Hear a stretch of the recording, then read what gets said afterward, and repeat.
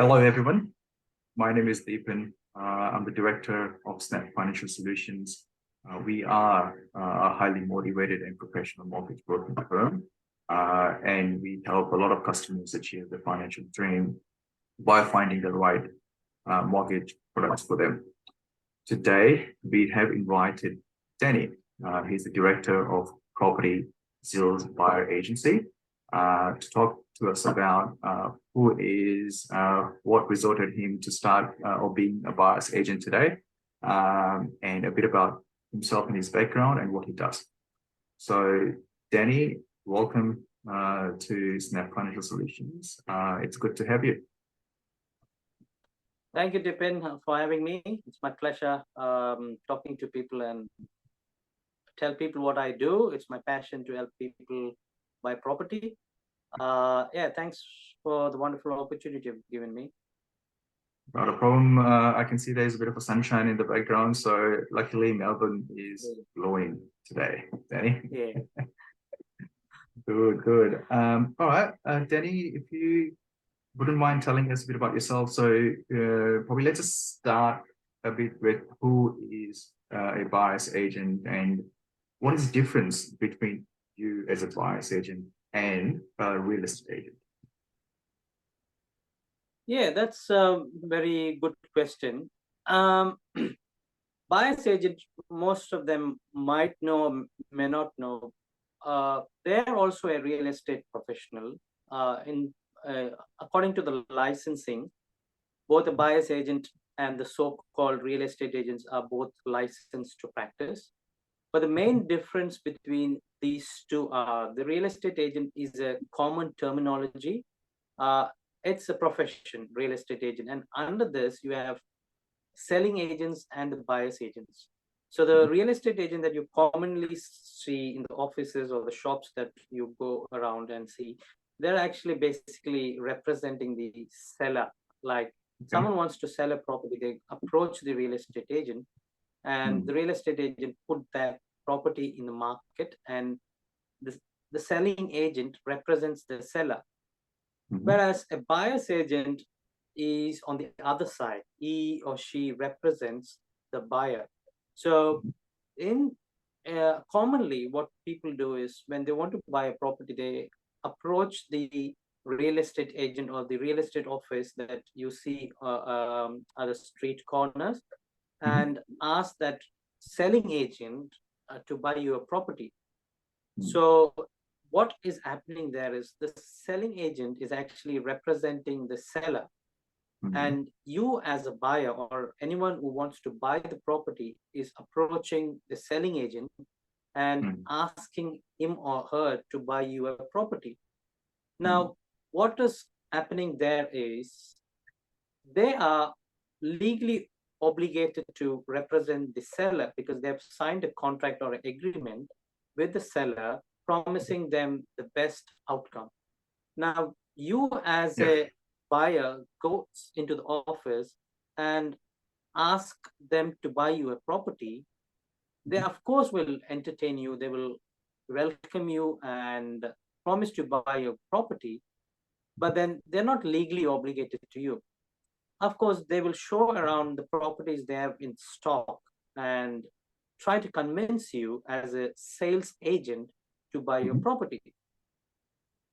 The other important thing that you have to note is within this real estate offices, there are people who have delegated jobs. Like there are people who are dealing with the vendors or the people who are selling the property or the property owners. And there are people or professions within the agency that deal with people who come to buy the property. So what people mistaken is people think that this person who's trying to buy them a property is actually going to represent them in a fair way. In reality, according to the law, an agency that is running or a real estate company or the shop that you're seeing, they cannot represent two parties at the same time. What do I mean? For example, you're approaching a real estate agent called let me not tell the old name, starts with R. And you're going to buy a property, and there's someone who specializes in dealing with buyers or clients that are coming to buy the property. By the law, the company has already signed the agreement with the seller or the property owner. So the company cannot represent you as a buyer. Right. So it's illegal. But then they still help you buy the property. So as a buyer's agent, what we do is we are an independent buyer's agency where we do not have any property to sell. We do not have any property in stock. And what we basically is solely and independently, we represent the buyer. So by which the buyer gets the full beneficial and full representation, and we are legally obligated to the buyer. So that is the main difference between what a real estate agent or a sales agent and a buyer's agency is. And you need to find out whether it's an independent buyer's agent, not a company that has both the selling and the buying as their business model. Yeah, that's the key difference that the common person should be looking at when they're when they're finding a buyer's agent in general. Interesting. And that's a really good insight, to be honest, Danny. So what you're saying is that when you, as a buyer, are going to a real estate agent office, yes, you're looking to buy a property, but really the real estate agent is representing not you, but the seller. So That's right. If a buyer is able to go to a real estate agent and buy a property, then why do they need a buyer's agent? So what's the benefit then to have a buyer's agent? Yeah, this is something that a buyer should understand. Like I already mentioned in the previous points that you need to be represented in any transaction. Like if you are going to the court of law with a case, you need a lawyer to represent you. Yeah. You don't expect same lawyer to represent both sides. So you need a representation. Now, when I say representation, the question is for what? So then the question comes, what is the importance of buying a property? It's not like buying a commodity from Woolworths or Coles that you go to the shop and pick from the shelf and you take home. Property is a very important asset.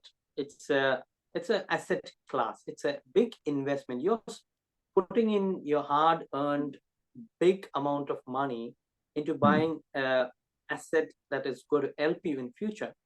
Now, buying the right property is important.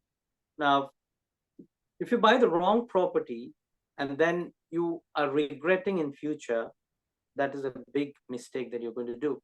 So as I mentioned in the previous point, you need to be represented so that you get the fair deal. Like you have a selling agent who's representing the seller, who's trying to get the vendor the maximum amount of price and to sell the property as soon as possible. Whereas as a buyer's agent, I'm representing the buyer or you as a buyer so that I go in and look for the best properties at the best street, at the best location, and find the best price and negotiate the best price with the real estate agent or the vendor. If you're not represented by an independent buyer's agent, I'm again specifying the point, independent buyer's agent, what is going to happen is there is a high chance that you will fall prey to the sales techniques or sales tactics of these real agent companies. Because as I said, if you're straight going into a real estate company and there's someone within the office who's helping you buy a property, of course, they are going to help their colleague who's selling the property. So they have a product and the buyer's agent within the company is trying to sell that product for their colleague.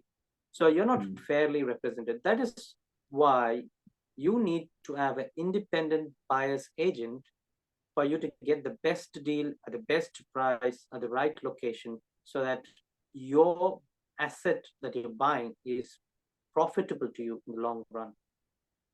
Okay, makes sense. So, probably a sub question to that, then, Danny. When you say an independent buyer's agent, what do you mean by that? And probably second part of that question, I would say, is what does Property Zeal buyer's agency do for its client? Yeah. So part of that question, I would also introduce my company, Property Zeal. So we are as I've already mentioned, we are independent buyers agency. We are a Property Zeal company. So we help clients buy properties, as I just mentioned, the right property at the right location at the right price, and and the right property cycle. So there are several factors that you need to look into before buying any property. So we have a set checklist of things that we go through to make sure that the property that we are buying for our client ticks all the points that we have mentioned, and hence we're aiming at buying the buyer the best deal at the best price at the best location, so that it is profitable. So our ultimate aim to buy a asset or a property as an asset is to create profit, right? So that is the main aim, and we consider your situation, your financial situations, and according to, and we also discussed with Dipin and mortgage brokers to come to a conclusion of what should be your budget be, what type of properties will suit your current financial situation, what will be your next step after this property, whether we are looking at a property that is going to produce you high cash flow, or should it be a property that is going to give you a big equity build very soon, and how soon are you planning to build your wealth.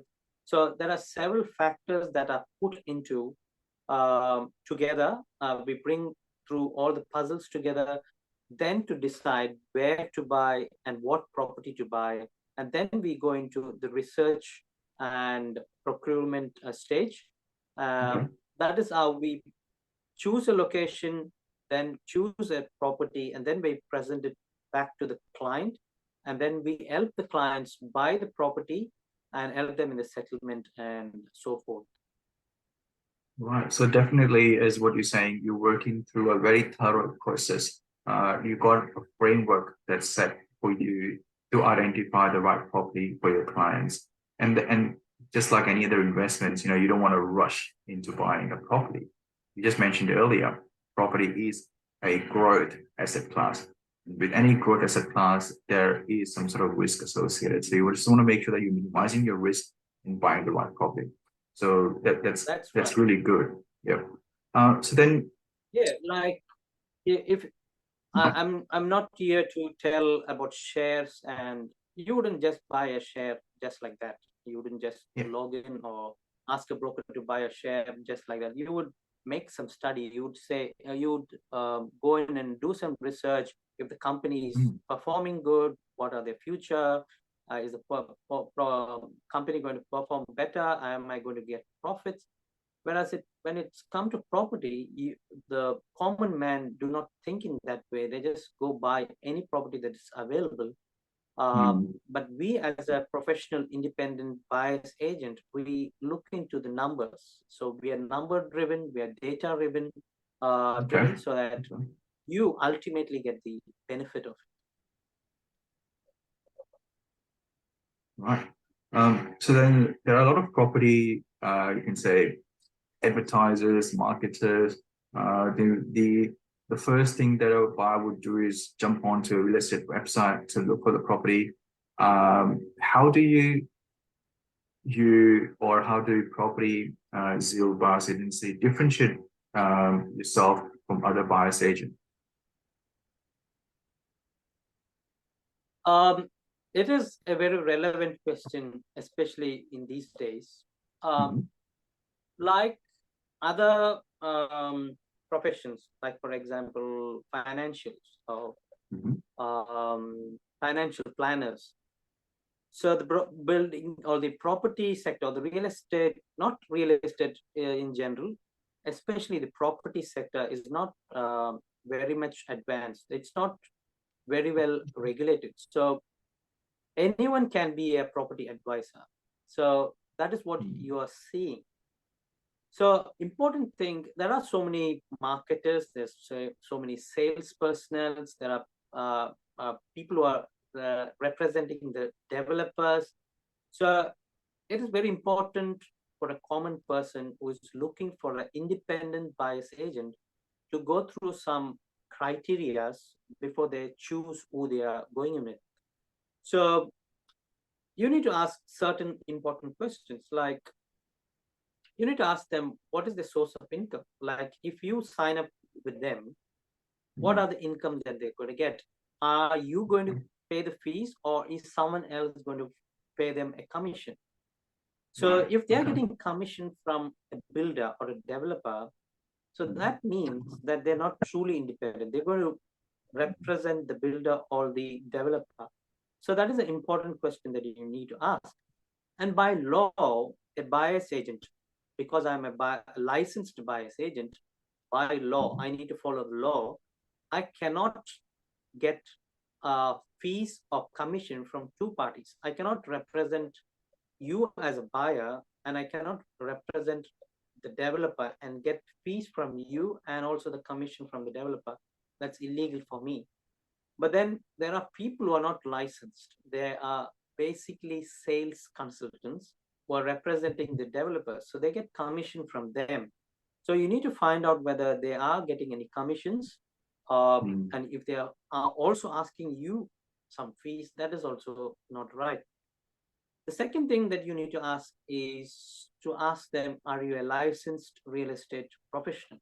If they are, you can ask them for their real estate license, and you can go to the public registry and check for their license. So we as a property buyers agent, we are licensed, and we are ready to show that we are got a license so that you can be convinced that you're dealing with a licensed professional. Yeah, that is what I basically think you need to be asking, whether they are getting any other commissions and whether they are licensed, and what is their best interest. Is it the other important point we also need to ask is, how are they going to source a property? Have they already, as I mentioned previously with the real estate agent companies, they already have stocks. They have 20 or 50 properties within their stock. And when you as a buyer get in, they will show you all those properties. So you need to ask, where are you going to source? Do you have properties already with you? So if they say, yeah, we have got properties, we have got this many properties, we can show you, that is not the right strategy. So as a buyer's agent, what a buyer's agent is intended to do is to go through your situation and find out what type of property and where should you buy the property, and then tailor the property search and the property procurement according to your needs, not tailoring you according to the stock they have. So that is very important. So you need to find out, where are they going to source the property? How do you find a property for me? So that's some of the important. So point number one is, where do they make the money or get the commission? Do they get commission? Point number two is, find out if they have a license, if they're licensed to practice this. And point number three is, what was the point? If they have anything in stock and if they're licensed. Yeah, that's right.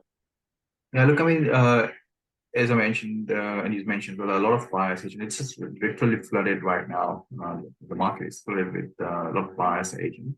And the questions that you mentioned, that a potential buyer should be asking the buyer's agent, they're quite thorough questions. So thanks for those tips, I would say, and those questions that our customers should be asking to find that a buyer's agent is independent in the real sense. and is to a certain that he's going to work in your best interest. Danny, we've helped a few customers mutually as well to achieve their financial success. What would you say to our audience? What is the value of engaging a buyer's agent? You mentioned something around the data part as well. You're quite data driven. So what's that? How does a potential customers are able to derive any value from that? This is a very good question. Like, you should understand, as I already mentioned, you're buying an asset. You're not buying a car where you're going to drive it and the value is going to go down. You're buying an asset that you're expecting to create profits. So why would you not buy a property that is going to give you more profit? Or would you buy a property that knowingly or unknowingly is going to not give you enough of profits? So your ultimate aim to buy any property as an asset is to create wealth. And the wealth is a slow process. You're not creating it in a day or two. So you don't go according to the emotions. You need, as I mentioned, data is very important. There are several factors that you need to see before buying a property. Like, there are property cycles. So there is a growth curve that happens with every real estate markets.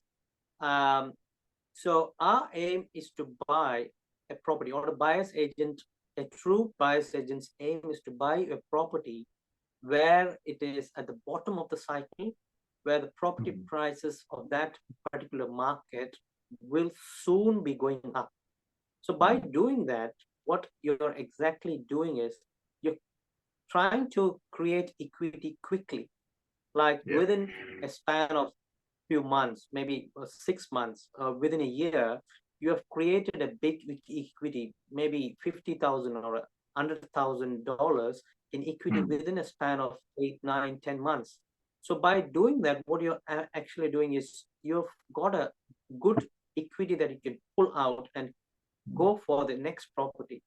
So if you're not buying it at the right time, the right location, at the right price, so the equity building process is becoming very slow. So if you're buying a property in a location where the prices are going to go down, for example, you're buying a property for 600,000 and you bought it at the peak of the market, and in 6 months' time, the value of the property is 580. Now you go back to a mortgage broker, you go back to the bank, asking them a loan for your next investment property, and the bank comes and evaluates your property here and says, look, you've got 600,000 as your loan, and your property is now worth only 580. They wouldn't lend you any more money. But then, so you're stuck. Then you'll have to wait for the property cycle to bottom out fully and then take the upper curve, which might take, depends on the region or the area that you've bought. It might take probably 3 years, 5 years, maybe even 10 years. So this is how people get stuck with property investment. So when you're engaging a property buyer's agent like us, as I said, we are data driven. We try to buy properties at the best opportunity available so that you're creating equity quicker, creating profits quicker, and then move to the next property and the next property. And so why am I explaining all this? I'm coming to the point of the value that you're going to give. Now, suppose you have created 80,000 equity in the first 6 months, whereas if you would have done it without a buyer's agent and bought a property in a wrong place, as I explained, and your equity is actually gone backwards, negative. So you imagine how much of thousands and hundreds of thousands of dollars you've lost. So it's not just making profit, it's the value that you you consider is important. So if I personally think that buyer's agency is a very worthwhile investment. The fees that you're paying is very much worth. So I would suggest that you go with the buyer's agent. If you would like to come with us, we are here to help you. Yeah, that's the value of a buyer's agent, according to me. Great. It's a very elaborative and I think a very illustrative answer as well. What I'm deriving from that is that typically a buyer or probably an investor would be thinking of going to a buyer's agent. But I suppose for a first-time buyer as well, it could be a lot of value to engage a buyer's agent if their intention is to build a property portfolio sooner, so that they're making the right choices from the point of go. Great responses, Danny. So yeah, how do people get in touch with you? Really, I'm just asking this question in the interest of time as well. So how can someone get in touch with you? I mean, I know a lot of my customers have already gotten in touch with you, but how do we want our customers to get in touch with you directly? Yeah, you can either. So our company, we have a free 15 minutes consultation. So going back to what we do, we don't entertain everyone, and we cannot serve everyone that comes to us. So as I said, we assess the situation of the person, and we speak to mortgage brokers like you, or if the customer has got their own mortgage broker, we speak to them and see if they have a pre-approval, if they can really go ahead. We don't want anyone to sign with us and then regret coming with us. So we undergo a strict scrutiny of whether you are really eligible to buy a property at this stage, and what correction you need to do to be eligible for that. So we have a free 15 minutes consultation where we sit together with the client and we see whether you are a right fit for us, and if I am a right fit for you. And only then it's a mutual agreement. And then only then we go to the next stage of our strategy calls and then signing of the agreements. And so for that, you can log into our website. Our website is www.propertyzeal.com.au, or email us at info@propertyzeal.com.au, or contact me on my number. It's on the website. You can book an online booking appointment through my website, which you will find a link on my website page as well. Okay. If you wouldn't mind just giving out your mobile number, though, Danny, please. Yeah, 0470 260 379. That's my mobile number. Yep, so it's 0470 260 379. That's right. Yeah. Well, Danny, thank you so much for coming on board and joining us today. It's been really informative. The work that you do, or the work that you've done for our customers, and the work that you're doing for our customers and for your customers is just amazing. Definitely following that framework that you have in place, the current process that you've got in place, does help the customers to build a property portfolio sooner. So I cannot thank you enough for your support for our customers. Guys, you got any investment questions, you're looking to buy any, even if you're a first-time buyer, looking at building up your investment portfolio, without any hesitation, contact Danny from Property Zeal Buyers Agency. Thank you again, Danny, and I'll talk to you then. Thank you.